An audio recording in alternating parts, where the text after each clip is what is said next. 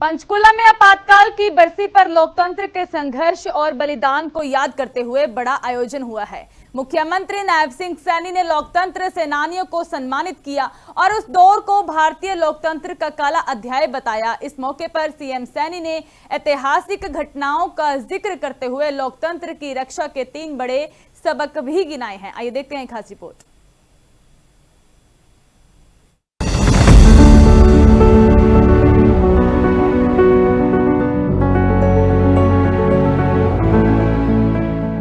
पंचकुला से लोकतंत्र की यादों और इतिहास का एक अहम संदेश सामने आया, जहां मुख्यमंत्री नायब सिंह सैनी ने आपातकाल के 51 साल पूरे होने पर लोकतंत्र सेनानियों को सम्मानित किया। ये कार्यक्रम सिर्फ सम्मान का नहीं, बल्कि उस दौर की याद दिलाने का भी प्रतीक बना, जिसे मुख्यमंत्री ने भारतीय लोकतंत्र का काला अध्याय बताया।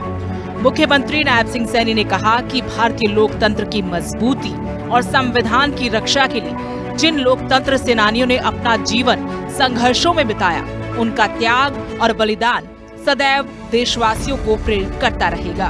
इस देश को प्रेम करने वाले लोग हों, चाहे वो इस के प्रति आवाज उठाने वाले हमारे छात्र हों, चाहे इस आपातकाल के प्रति अपनी आवाज को एक कलम के माध्यम से लिख करके उठाने वाले पत्रकार साथी हो, एक भी ऐसा वर्ग उस समय में सुरक्षित नहीं था। सिर्फ एक परिवार सुरक्षित था। किस प्रकार से लोकतंत्र का उसको कुचला गया और संविधान की धज्जियां किस प्रकार से उड़ाई गई, पूरी दुनिया ने देखा है। और उसी काले दिवस को, संविधान हत्या दिवस को आज हम सब मना रहे हैं।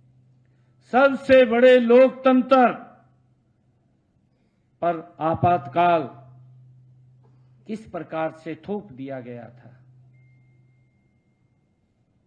क्योंकि आज इसको स्मरण करने का दिन ये इसलिए है, देश के यशस्वी प्रधानमंत्री आदरणीय मोदी जी का मानना है कि अगर हम इतिहास को याद रखेंगे तो हम सुरक्षित रहेंगे। अगर इतिहास को याद नहीं रखेंगे तो हमें फिर उस प्रक्रिया में जाना पड़ सकता है। आपातकाल की 51वीं बरसी पर सीएम सैनी ने लोकतंत्र सेनानियों का सम्मान किया, तो वही सीएम सैनी ने ऐतिहासिक घटनाएं गिनवाई और 3 बड़े सबक दिए। सीएम सैनी की बड़ी बातें। लोक नायक जयप्रकाश नारायण ने 5 जून 1974 को पटना में संपूर्ण क्रांति का आह्वान किया। यह लोकतंत्र की रक्षा और तानाशाही के खिलाफ जनशक्ति की पुकार थी। इस आंदोलन को दबाने के लिए कई बड़े नेता जेल भेजे गए। मोरारजी देसाई, अटल बिहारी वाजपेयी, लालकृष्ण आडवाणी शामिल रहे। आपातकाल में 1 लाख से अधिक नागरिक जेल गए। 253 पत्रकार गिरफ्तार हुए। आपातकाल में हरियाणा के 1564 लोग भी जेल गए। लोकतंत्र और अभिव्यक्ति की स्वतंत्रता पर सबसे बड़ा हमला माना गया।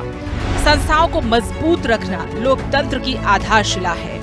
जनता ही सर्वोच्च शक्ति है और एकजुटता सबसे बड़ी ताकत। वहीं सीएम सैनी ने कहा कि पिछले 12 सालों में संविधान के सम्मान और लोकतांत्रिक मूल्यों को सुदृढ़ करने की दिशा में अनेक ऐतिहासिक कदम उठाए गए।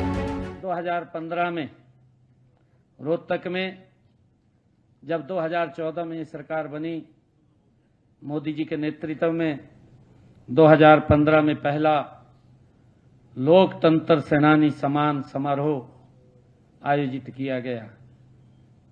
हमने उनसे और उनके जीवन साथियों से और कर्मचारियों के सम्मान में साथियों चिकित्सा सुविधा उस वक्त प्रदान की गई और हरियाणा सरकार ने निर्णय लिया कि हरियाणा रोडवेज की बसों में उनकी यात्रा वो मुफ्त की जाएगी और उसके बाद मासिक पेंशन भी शुरू की गई, जो आज लगभग 20,000 रुपए तक वो देने का निर्णय हरियाणा सरकार ने लिया है।